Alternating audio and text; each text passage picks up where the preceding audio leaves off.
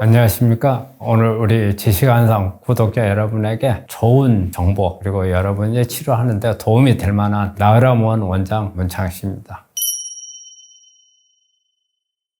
70년대 보면은 암 환자 별로 없었어요. 사실 우리가 일선에서 현장에서 암 환자를 한번 보려면은 상당히 한 달에 한두 케이스 정도밖에 이렇게 보지 못할 정도로 그랬는데, 요즘에 와가지고는 뭐 병원에서 보는 것은 다반사지만 한 가정에 한 명 정도에 있을 정도로 이렇게 많이 암 환자가 발생을 하고 있거든요. 왜 이렇게 많아졌는가? 여기에서 볼 때는 이제 음식 문화가 있죠. 서구화가 되면서 뭐 인스턴트 식품, 트랜스 지방이라든지 패스트푸드, 육류를 또 많이 하면서 이런 부분들이 암의 발생률이 높아지는 부분들이 있고, 스트레스가 또 많을 수가 있잖아요. 스트레스가 많고, 그리고 업무적으로 시달리는 게 많고, 또 이렇게 중금속이라든지 이런 부분들 오염될 수 있는 환경이 좀 더 많아지고, 요즘에 매연 같은 거, 미세먼지, 초미세먼지 이런 부분들이 다 영향을 줄 수 있는 요소죠. 그리고 또 하나의 특징이 갈수록 암을 걸리는 환자들의 연령층이 낮아진다는 거예요. 연령층이 낮아지면 낮아질수록 암의 발생률은 더 높아질 테니까. 그리고 또 오래 사는 것도 하나의 영향이 있어요. 전에는 수명이 짧았기 때문에, 그런데 나이가 먹으면 먹을수록 우리 몸 안에 있는 유전자 변이가 더 잘 일어날 수 있잖아요. 그래서 고령화가 되면서 이 부분도 영향을 줄 수 있다고 봐요.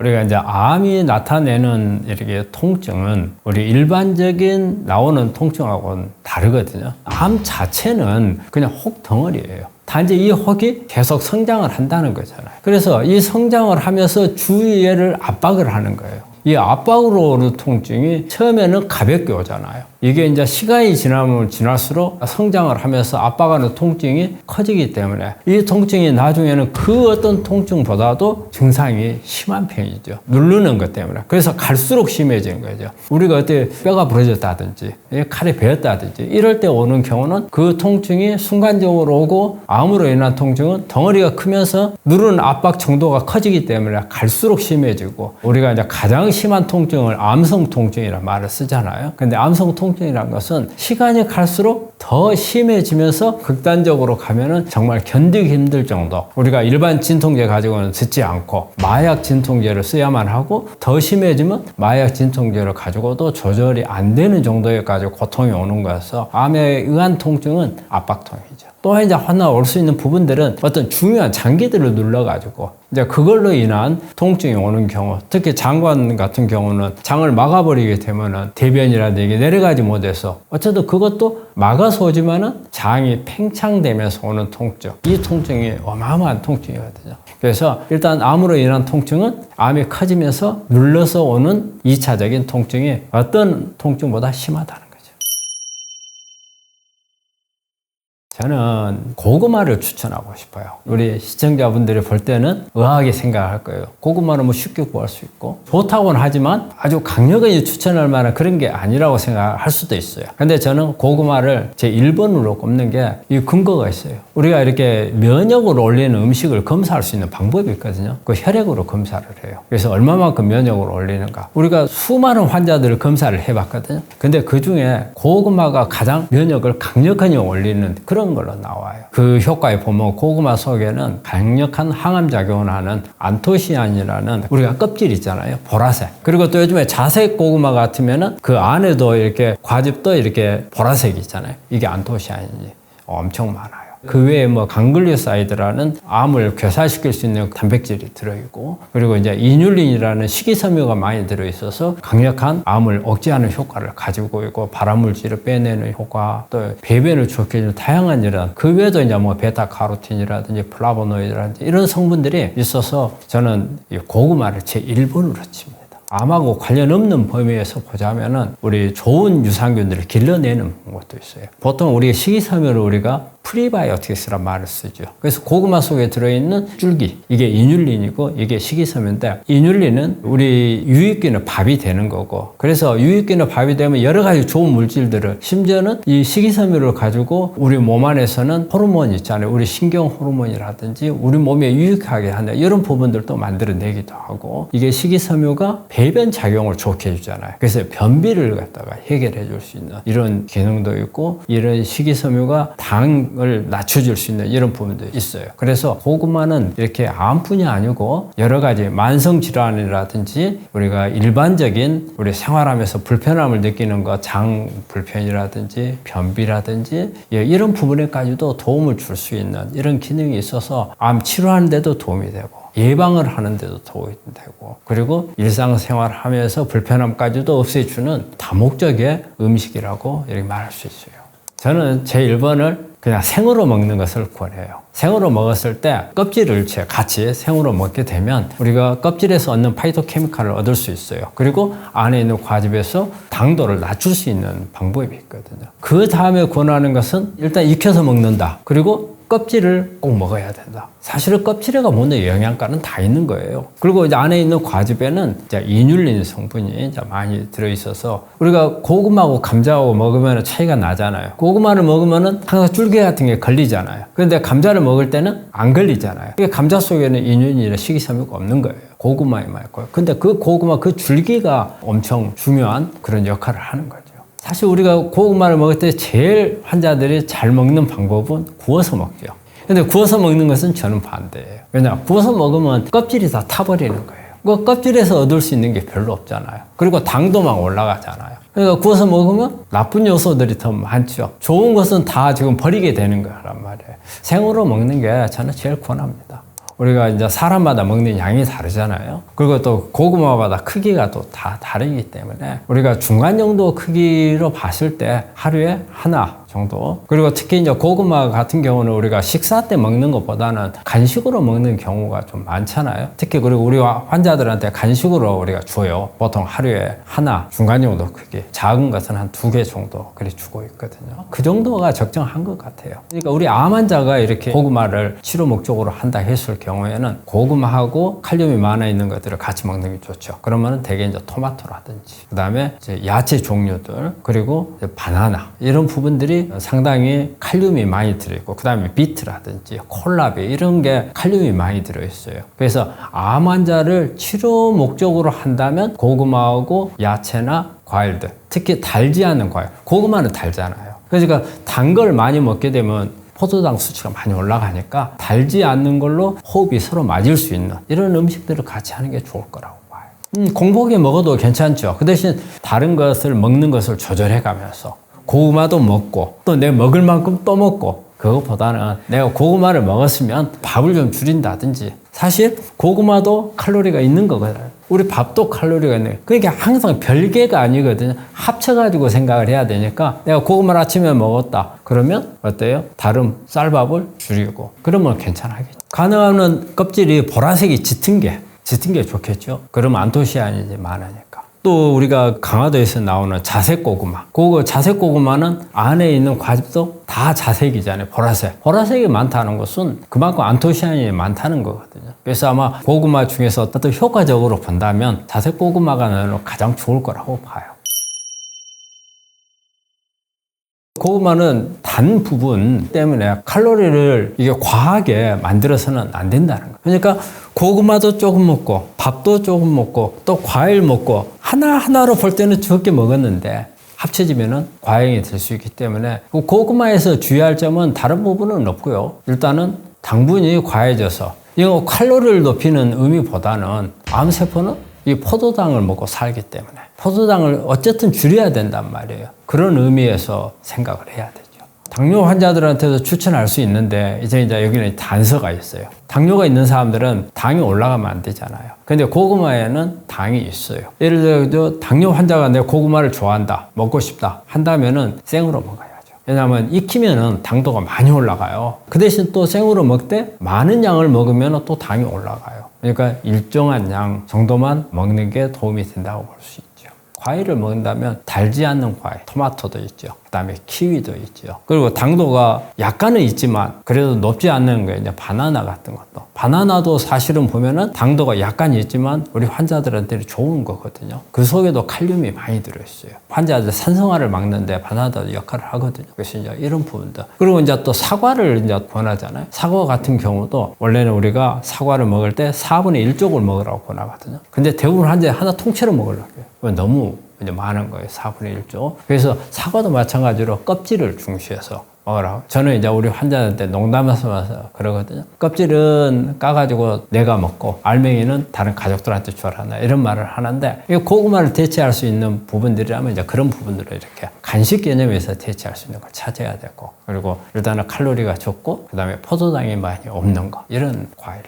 고구마를 가지고 만든 이런 것들 보면은 대개는 삶아가지고 말리거나 그런데 우리 예전에 보면은 이 고구마를 그냥 썰어가지고 말려가지고 먹는 경우 있거든요. 그러니까 우리가 삶아서 이렇게 제품으로 나와 있는 것들은 거의 대부분 삶아가지고 이걸 말리거나 수분을 빼고 이렇게 만들잖아요. 그러면 당도가 엄청 올라가요. 수분을 빼버리니까 당도가 더 올라가거든요. 그래서 그런 것보다는 그냥 삶지 않고 그냥 말려가지고서 한 것들 있잖아요. 우리가 무 같은 무 말랭이를 하잖아요. 고구마 말랭이 이게 오히려 더 낫다고 생각을 해요.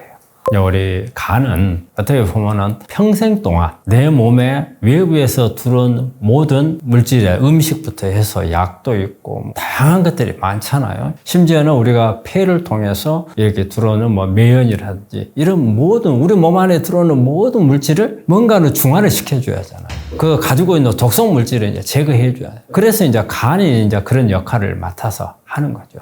그래서 오랫동안 간이 그런 역할을 하다 보니까 너무 많은 독성 물질들이 내 몸 안에 들어오게 되면 이제 간이 무리가 돼서 해독이 이제 잘 안 된 상태로 될 수가 있고 이걸로 인해서 여러 가지 파생되는 질환들 우리 몸에 있는 모든 질환에 있는 병들은 간을 무시할 수가 없는 거. 특히 이제 암도 마찬가지잖아요. 암도 우리가 들어오는 발암물질이라든지 이런 부분도 간에서 다 해독을 해요. 그런데 그런 기능이 떨어지게 되면 이제 암도 발생할 수 있고 또 하다 보니까 간 자체에서 이제 암이 또 발생할 수도 있고 그래서 우리 몸에 암뿐이 아니에요. 우리 몸의 건강을 지키는 데 있어서 간이 망가지면은 모든 게 끝나는 거예요. 우리 몸은 항상 좋은 것만 우리 몸에 들어오는 게 아니잖아요.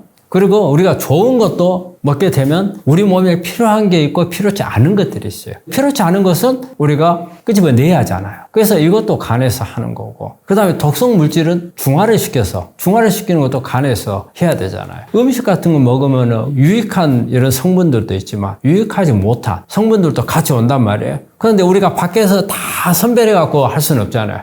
일단 먹으면 이게 다 간으로 가는 거예요. 그래서 간에서 좋은 것은 우리 몸에 유익한 것들을 모아서 우리 몸에 어떤 영양분이라든지 이런 공급할 수 있는 그런 물질로 만들어 놓는 거고 그 다음에 묻혀서 들어온 독성 물질들은 해독을 시켜서 간으로 빼내거나 아니면 신장으로 보내서 빼내거나 아니면 폐를 통해서 호흡을 통해서 빼내거나 이런 역할들을 하는 거고 그래서 이제 이렇게 여러 가지 루트로 우리 몸에 들어오는 이런 나쁜 것들 그리고 좋은 거지만 소화되는 과정에서 나오는 찌꺼기들이 생길 수 있단 말이에요. 이런 것들까지도 다 제거를 하는 거고 약효과 떨어지고 나면 빨리 간에서 중화를 시켜서 해독을 시켜서 내보내잖아요. 그래서 어떻게 막아줄 수 있는 방법은 없어요. 단지 어떻게 깨끗하니 우리 몸을 유지를 하고 이런 물질들을 잘 배출해낼 수 있는가 그런 부분이 중요하고 그게 이제 간이 하는 역할이죠. 그렇죠. 왜냐하면 오랫동안 우리가 이제 막 태어났을 때부터 지금 계속 간은 일을 하는 것밖에 없잖아요. 우리가 간을 쉬게 해준다 해서 밥을 안 먹을 거예요? 안 먹을 수 없잖아요. 그다음에 간을 쉬게 해준다 해갖고 우리가 아픈데 약을 안 먹을 거예요? 그리고 우리 특히 요즘에는 밖에 나가면 황사라든지 그다음에 공장 주변에 가면 매연이라든지 이런 부분들이 항상 있는데 이런 부분들이 세월이 가면 갈수록 누적이 되겠죠. 그러면 간세포도 힘들어질 거 아니에요. 나이가 먹어가면 갈수록 우리가 간세포가 해독을 하는 과정에서 손상되는 부분들이 있거든요. 이런 부분들을 재생하는 능력은 또 떨어지잖아요. 그럼 결과적으로 나이가 먹어가면 갈수록 간이 할 수 있는 능력이 떨어지는 거죠. 일단 우리가 생활 습관 하는 데 있어서 이런 게 있어요. 몇 가지만 예를 들어가지고 한번 볼게요. 저녁에 간식을 좋아하는 사람들. 간에 어떨 것 같아요? 저녁이라는 것은 내가 하루 일을 하고 쉬는 시간이란 말이에요. 그럼 내 몸을 쉬어줘야 돼요. 그러면 내 몸은 쉬고 있는데 중간에 간식을 먹었어요. 그러면 나는 쉬는데 내 몸에 있는 간이라든지 장은 못 쉬는 거예요. 그래서 이제 그런 게 있고 또 뭐냐면 음식 같은 경우도 있잖아요. 이게 우리가 적게 먹는 거하고 많이 먹는 거. 그 과식을 했다. 과식하면 이걸 전부 다 소화를 어디서 해야 돼요? 장에 들어오는 모든 음식은 다 간으로 가게끔 되어 있어요. 그러면 내가 먹는 음식이 다 간으로 간단 말이에요. 그러면은 적당한 양이 들어왔을 때는 간도 적당한 일을 하고 나면은 괜찮아요. 그런데 많이 먹었으면은 어때요? 그걸 다 소화를 하고 해독을 하려면은 엄청 힘들잖아요. 그래서 생활 습관부터 음식이라든지 모든 요소가 그 부담에 갈 수 있는 부분들이 있는 거죠. 제1번이 우리가 간에서 실리마린이라는 성분이 있거든요. 이게 이제 간 기능을 좋게 해주는 거예요. 그래서 실리마린이 들어있는 성분이 뭐냐면 우리 음식 중에서는 민들레 있죠. 그 다음에 엉겅퀴. 근데 우리가 먹는 음식으로는 미나리가 간을 가장 좋게 해주는 그런 채식 중에 하나예요. 그리고 우리 요즘에 그 방송에 보면 숙취해소약 헛개나무 있죠. 그 헛개나무가 이 알코올 해독을 해주는 아주 좋은 기능이 있어요. 우리가 사실 술이 간을 제일 많이 괴롭히잖아요. 그래서 헛개나무라든지 그리고 또 이제 십자화과 식물들 무, 배추, 그 다음에 양파 이런 십자화과 식물들이 안에 황이 들어있어요. 그래서 이 황이 간을 도와주는 그런 음식이거든요. 그래서 본다면은 저는 미나리가 좋을 것 같아요. 미나리가 제1번, 그리고 헛개나무하고, 그 다음에 이제 십자화과 식물, 요 세 가지가 좋을 것 같아요. 우리가 간이 안 좋았을 때, 우리가 느끼는 증상, 제1번이 피로거든요. 그 아침에 자고 일어났을 때 많이 피로하고 그러면은 아침에 일어나기가 싫고, 그 다음에 잘 때도 비몽사몽간이고, 아침에 일어나가지고 정신을 차리려면은 세수하고 밥 먹고, 이리 해야 약간 눈이 떠지고 이런 부분들. 그래서 아침에 일어날 때 몸이 좀 개운한 것을 느낄 수 있는 그런 부분들이 가장 크고, 밖에 가서 오랫동안 지속적으로 일을 하더라도 견딜 수 있는 그런 부분들이 우리가 효과로서 느낄 수 있다고 봐야죠. 대개 이제 헛개는 자료에 보면은 알코올을 해독시키는 이런 부분으로 많이 나와요. 숙취해소라 하죠. 숙취해서 그 전날 술 몽땅 먹었을 때 빨리 깨기 위해서 그런 효과가 가장 강하고 그 다음에 간 기능을 개선시켜줘요. 그러니까 간 기능을 개선시켜준다는 건 뭐냐면 간 세포가 이렇게 해독을 하다 보면 지친단 말이에요. 그래서 안에 어떤 항산화제 같은 거 이런 걸 같이 해서 세포 안을 깨끗하게 만들어주는 그런 개념이거든요. 그런 항산화 기능을 같이 갖게 해주는 이제 그런 성분들이 헛개나무에 많이 들어있어서 보면은 어느 하나가 주작용으로 되어 있는 것보다는 어떤 알코올이라든지 그런 해독 기능이라든지 그 다음에 이제 항산화 작용이라든지 이런 성분들을 가지고 있는 복합적으로 있는 것들이 많이 있다는 거예요. 그래서 이제 우리가 헛개는 대개 보면 이제 한약재로도 많이 쓰잖아요. 그리고 우리가 이제 요즘에는 음료수로도 나오기 때문에 그런데 그냥 우리가 일상적으로 헛개는 찬물로 만들어서 먹는 것도 좋은 방법이라고 생각해요. 우리 십자화과 식물은 노랗게 꽃이 피는 채소들을 말하거든요. 종류로 따지면 이제 무, 배추, 그 다음에 마늘, 양파 이런 부분들이 다 십자화과 식물들이에요. 그러면 이 십자화과 식물들에 공통적으로 있는 게 황이 들어있어요. 황. 그래서 우리가 배추 먹으면은 약간 톡 쏘는 맛이 있죠. 무도 먹으면 한참 먹다 보면 좀 쏘는 맛이 있고 이게 바로 그 안에 들어있는 황이거든요. 황이 이제 우리가 설포라판이라는 성분이 안에 들어있어요. 그래서 이 성분이 간에서 해독하는 역할을 해요.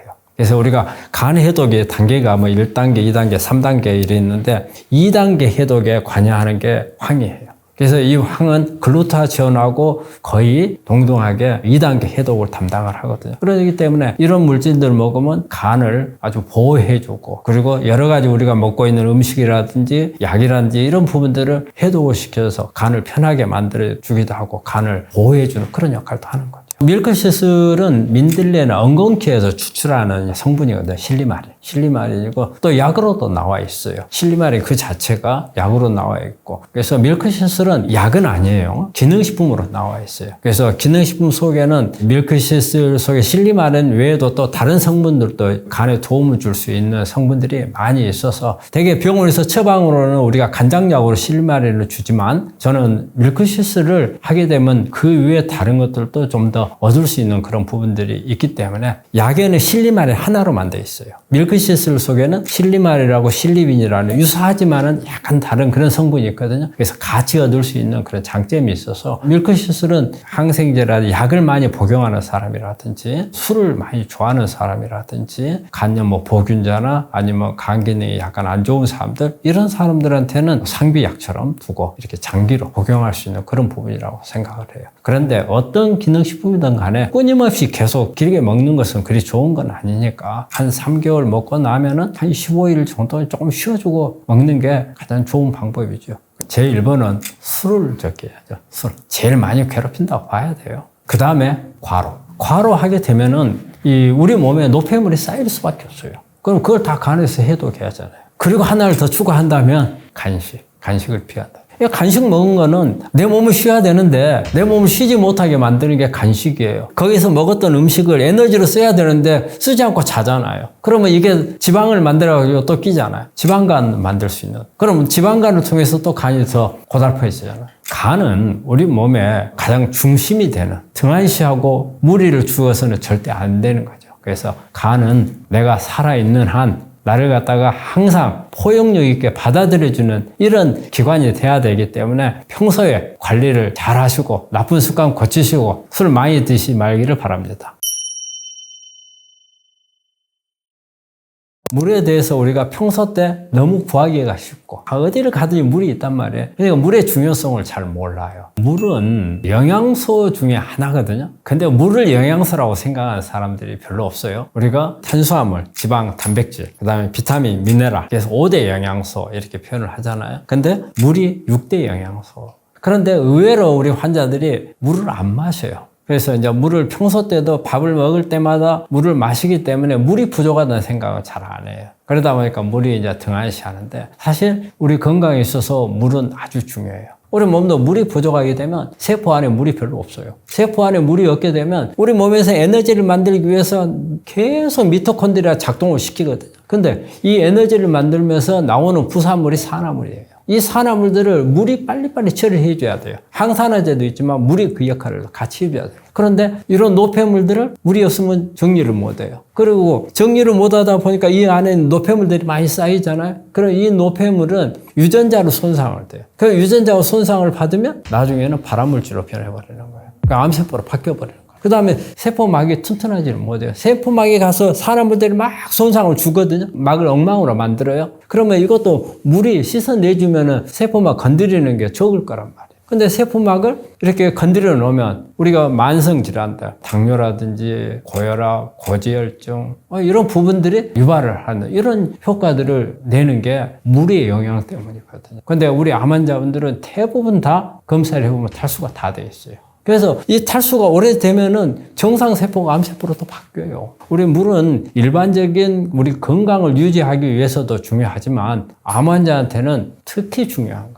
갈증이 나면은 우리가 물이 부족하다 생각하잖아요. 저는 갈증이 별로 안 나고 물 부족하다 생각을 안 해봤는데요. 이런 말을 하거든요. 이 세포 안에 물 부족한 탈수는 갈증이 없어요. 우리가 갈증은 혈액 안에 있는 물이 부족할 때 우리가 갈증을 느끼는 거예요. 그때 물을 마시잖아요. 그런데 세포 안에 물은 갈증을 안 느끼기 때문에 환자가 본인이 탈수가 됐다는 걸 몰라요. 그런데 우리가 느낄 수 있는 부분들은 피부에 탄력이 없어져요. 우리가 어린애들은 어때요? 어린애들은 막 얼굴에서 윤기가 바짝바짝 나잖아요. 근데 나이 든 분들 보면 거칠하잖아요. 쭈글쭈글하고. 그거는 바로 세포 안에 물이 부족하기 때문에 그러는 거예요. 어린애들은 어느 정도냐면 세포 전체의 한 80%를 물이 차지해요. 그런데 나이가 돼서 한 50대, 60대 그 정도 가면은 물이 한 50%밖에 안 돼. 70대 이렇게 가잖아요. 물이 40%밖에 안 돼. 그래서 물이 부족해지니까 세포가 이렇게 탄력이 떨어져 버리는 거예요. 그러니까 세포가 탄력이 떨어진 거 우리가 바깥에서 볼 때는 쪼글쪼글해지고 그 다음에 피부가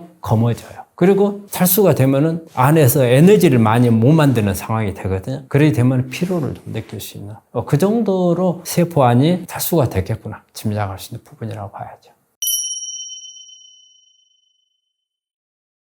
우리 환자들한테 내가 그런 말을 해요. 검사를 해가지고 우리 환자분 탈수가 많이 됐네요.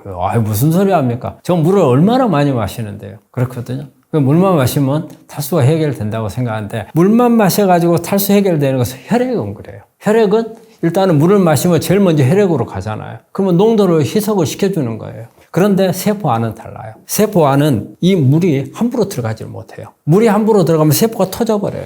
그럼 언제 물이 들어가느냐? 바로 미네랄이 있어야 들어가요. 미네랄이 세포 안에 들어가면서 물을 끌고 들어가요. 그때 가장 중요한 미네랄이 칼륨이에요. 우리가 이렇게 방송이나 이런 데 나오면 음식 중에서 칼륨이 많은 음식을 먹어야 된다는 이야기들이 많이 나와요. 그게 바로 이 칼륨이 그 작용 때문에 그래요. 그래서 우리가 물을 마실 때는 칼륨이 많은 음식, 고구마라든지 그 다음에 비트, 바나나, 토마토, 콜라비 이런 부분들을 먹으면 같이 음식 먹을 때 많이 섭취해주면서 물을 마시면 도움이 많이 된다고 볼 수 있어요. 그런데 또 하나의 방법은 뭐냐? 물을 마실 때 미네랄이 많이 들어있는 물을 마시면 돼요. 그럼 우리 생수는 미네랄이 들어있거든요. 그것만 가지고 충분하진 않아요. 하지만 그래도 그냥 우리 정수기물 먹는 것보다는 낫다고 볼 수 있고, 단독으로 물만 마셔가지고는 탈수 해결하기는 어렵다. 이런 부분들을 같이 해야 된다. 그래서 우리 환자들이 물만 마시면 다 된다 생각은 아니라는 겁니다. 물을 많이 마시면 안 되는 사람들은 되게 신장이 나쁜 사람들이에요. 신장이 나쁘게 되면은 신장에서 소변을 거르지를 못하잖아요. 거르지를 못하니까 물을 많이 섭취하게 되면 결과적으로는 몸이 더 부을 수밖에 없고 빠져나가지는 못하고, 그래서 우리가 신장이 나쁜 사람들한테는 물도 함부로 많이 못 마시게 하잖아요.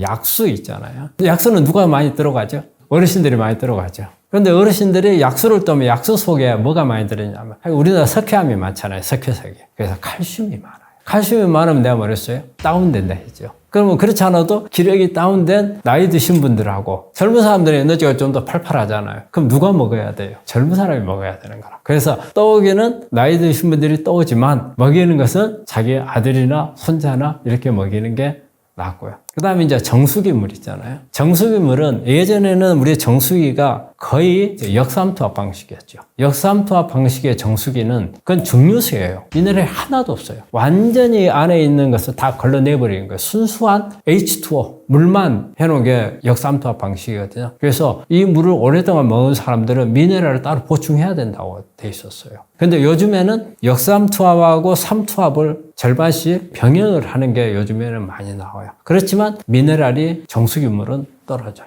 그래서 정수기물을 많이 먹는 분들은 어떤 미네랄을 보충제로 좀 먹는 것도 하나의 방법이에요. 그래서 가장 좋은 거는 우리가 생수를 사서 먹는 게 좋은데 사실 금전적으로 그렇게 들잖아요. 그렇기 때문에 돈을 적게 들면서 해결할 수 있는 방법은 찬물이에요. 녹차, 비타민 나무, 연잎 이런 것을 넣어가지고 끓인 물. 그러면 미네랄을 거기에서 기호식품을 넣으면서 거기서 보충해줘요. 저는 우리 환자들한테 가장 많이 주는 게 비타민 나무하고 연잎차를 많이 줘요. 근데 녹차물도 좋아요. 녹차물은 안에 항암 작용이 있는 EGCG라는 성분이 많이 들어있거든요. 그래서 그것도 좋고. 그래서 대부분 다 이렇게 기호식품을 넣어가지고 만든 물은 우리 건강에 도움을 많이 줘요. 생수는 사실은 지하수를 뽑아가지고 정제를 한 거잖아요. 정제를 한데 요즘에 나와 있는 다양한 종류들이 생수가 있잖아요. 그래서 우리 이거하고 비교하기보다는 외국산 생수하고 한번 비교를 해보는 게 좋아요. 비싸잖아요. 뭐 에비앙이라든지 뭐 바이칼 호수에 나오는 뭐 미네랄 워터라든지 막 이런 부분들이 있는데 이 생수가 나라마다 가공하는 게 좀 달라요. 동양 사람들은 서양 사람들에 비해서 에너지를 만든 효율이 떨어져요. 동양 사람들은 어떻게 해서든지 기력이 떨어지니까 끌어올려야 하잖아요. 올려야 되기 때문에 거기에 들어가는 미네랄이 마그네슘이 그 역할을 해요. 그래서 마그네슘을 충분히 넣어요. 근데 서양 사람들은 그렇지 않아도 막 에너지가 넘쳐나요. 한겨울에도 반섬에 입고 다니죠. 막 그러잖아요. 그래서 물에다가 좀 다운시키는 것을 넣어요. 그러면 대개 이제 칼슘을 집어넣어요. 그런데 우리 동양 사람이 서양 사람 생수를 갖다 먹으면 뭐예요? 다운시키는 물을 먹는 거예요. 그럼 더 떨어지는 거예요. 그래서 동양 사람은 마그네슘을 넣어서 만든 우리나라 생수를 먹어야 되는 거고 서양 사람들은 그쪽인 거예요. 근데 비싸고 좋다고 해가지고 뭐 에비앙 막 먹잖아요. 크게 도움 되는 건 아니에요. 주의할 점은 우리가 음식을 먹을 때 물을 마시는 거. 음식을 먹을 때 물을 많이 마시면은 소화가 잘 안 돼요. 왜냐하면 위산이 있잖아요. 위산이 있어가지고 음식을 갖다가 단백질을 다 쪼개고 하는 역할을 위에서 한단 말이에요. 산은 강산이거든요. 근데 물이 들어가면은 약산으로 바뀌어버리거든요. 약산으로 바뀌어버리면 이 단백질을 녹이지를 못해요. 그래서 위산을 희석시켜버리거든요. 그래서 소화력이 떨어져 버리는 거예요. 그래서 우리가 음식을 먹을 때는 물을 마시지 말라고 그래요. 그 다음에 음식을 먹기 전에 물을 먼저 채워놓잖아요. 그것도 소화력이 떨어지는 거예요. 그래서 보통은 우리가 음식을 먹고 나서 30분 후에 물을 마시라고 하는 거죠. 그 다음에 또 하나는 취침할 때. 취침할 때 물을 먹고 자면은 새벽에 깨야 되죠. 소변을 금방 보고 싶어져가지고. 그래서 잘 때는 가능한 한 물을 많이 마시고 자는 것은 수면 장애를 일으킬 수가 있어요. 아마 그런 부분들이 지금 주의사항이라고 봐야죠. 물은 사실 많이 먹는 게 나쁘진 않아요. 그런데 이제 물을 너무 많이 이제 마셨을 경우에 그 안 좋은 경우는 어느 때냐면요. 우리가 일상생활 때보다는 운동 같은 걸 한다든지 아니면은 햇빛에 나가가지고 있을 때 우리 햇빛에서 일하는 사람들이 꼭 가지고 가는 게 있죠. 소금 가지고 가죠. 그거는 왜 가지고 가냐면 가서 땀을 막 흘려요. 땀을 흘리면은 땀 속에 있는 소금이 우리 혈액에 있는 소금보다 적어요. 그러면 땀을 많이 흘리면은 혈액 안에 소금 농도가 높아져요. 그래서 물을 많이 마시게끔 되거든요. 그런데 또 물을 너무 많이 마셔버리면 소금 농도가 떨어져 버리는 거예요. 그래서 이제 그걸 보충하기 위해서 소금을 주는 거예요. 그러니까 우리가 물을 달리기 하는 사람들이 땀 엄청나게 흘렸잖아요. 소금을 안 먹고 그냥 물만 마시면은 완전 농도가 옅어져요. 그래서 완전히 쓰러져 버릴 수가 있어요. 자, 이런 경우라든지, 되게 이제 열사병, 일사병, 이럴 때 물을 줘야 되는가, 안 줘야 되는가, 이게 아주 중요한 거예요. 잘못하면 물을 주어가지고 환자가 완전히 혼수에 빠져버릴 수도 있거든요. 그래서 이제 그럴 때가 이제 사실은 주의가 되는 거고, 우리가 일상생활을 할 때는 우리가 물이 들어가면 우리가 많이 마시면 소변은 그냥 나가는 거예요. 크게 그렇게 일반적인 사람들은 전혀 괜찮아요. 그런데 또 안 되는 경우는 이제 신장이 나쁜 사람들. 물을 많이 마시면은 배설을 시키지를 못 하잖아요. 그래서 특별한 경우를 제외하고는 일반 사람들한테는 물을 좀 많이 마신다고 해서 크게 뭐 건강에 해치거나 그런 건 없는데 그렇게 많이 마시는 사람이 그렇게 많이는 없죠. 물이 무슨 뭐 맛이 얼마나 있다고 몽땅 먹거나 그러진 않으니까. 우리 몸은 안전도에 있어서 상당히 범위가 넓어요. 그래서 웬만큼 해가지고는 음식이라든지 단순하게 물이라든지 약이라든지 이런 것만 가지고서는 독성은 그렇게 크게 없죠. 환자들이 우려하는 게 이제 커피라든지 그 다음에 녹즙이라든지 농축되어 있는 것들 이런 것을 먹을 때 이제 간이 부담이 가는가 신장이 부담이 가는가 많이 나오잖아요. 근데 사실 커피는 우려하는 것만큼은 그렇지는 않아요. 농축을 했을 때는 조금 문제가 돼요. 그래서 녹즙은 문제가 될 수 있어요. 우리가 음식으로는 웬만큼 먹더라도 간에 무리가 안 가요. 그런데 녹즙을 먹고 간이 안 좋아졌던 사람들은 제법 있거든요. 그거는 해독을 해야 될 물질들이 한꺼번에 너무 집중적으로 들어와 버리는 그런 역할을 하거든요. 이제 이럴 때는 간이 아이고 나 힘들다 소리를 할 수가 있어요. 녹즙을 먹는 사람들 많잖아요. 이런 분들은 중간중간에 간을 한 번씩 검사를 해보는 게 좋죠. 혈액 검사하면 되니까 이래가지고 간에 무리가 가는가 안 가는가. 근데 본인도 모르게 가 있는 경우가 많아요. 우리 환자들도 그런 환자들 제법 있어요. 암이 좋다고 해가지고 녹즙 같은 거 막 만들어서 먹는단 말이에요. 그런데 나중에 막 피곤하다고 와요. 그래서 검사를 해보면 간 수치가 확 올라가 있어요. 그냥 우리가 일상 먹듯이 한다면 크게 안 될 것을 농축을 한 게 가장 리스크가 있는 그런 부분이라고 볼 수가 있는 거죠. 제가 이제 물을 어느 정도 마시는가를 물어보는데 생각보다 물을 많이 안 마셔요. 그런데 물이 참 중요하거든요. 그런데 물이 중요하다는 것도 잘 모르세요. 환자분들은 약이나 뭐 주사나 이런 것들만이 암을 치료할 수 있다고 생각을 하거든요. 그런데 사실은 우리가 공부도 기초가 중요하듯이 암도 치료에 기초가 있거든요. 기초가 잘 다져지고 그 위에다가 여러 가지 치료법들을 해야 좋은 치료가 되고 우리가 완치할 수 있어요. 그래서 그 기초 중에 하나가 물이에요. 물을 어떻게 먹느냐가 특히 왜 중요하냐면요. 물은 세포를 안정시켜줘요. 암은 하나의 세포에서 암이 만들어지는 거거든요. 세포에서 생긴 병이에요. 그 세포가 기능을 나쁘면 암이 만들어지기도 하고 정상세포가 암으로 넘어가기도 하거든요. 그래서 물은 그냥 내가 평소에 먹는 물이다 생각하지 마시고 약이라고 생각을 하세요. 그래서 그 약을 하루에 먹는 용량이 1.5에서 2리터의 용량을 내가 먹어야 된다. 1.5리터가 하루의 정량이에요. 건강을 유지하기 위해서도 중요하지만 치료하는 데 있어서 아주 중요한 요소입니다. 그래서 물만 잘 마셔도 암을 치료할 수 있다 하는 게 거기에서 나온 말입니다.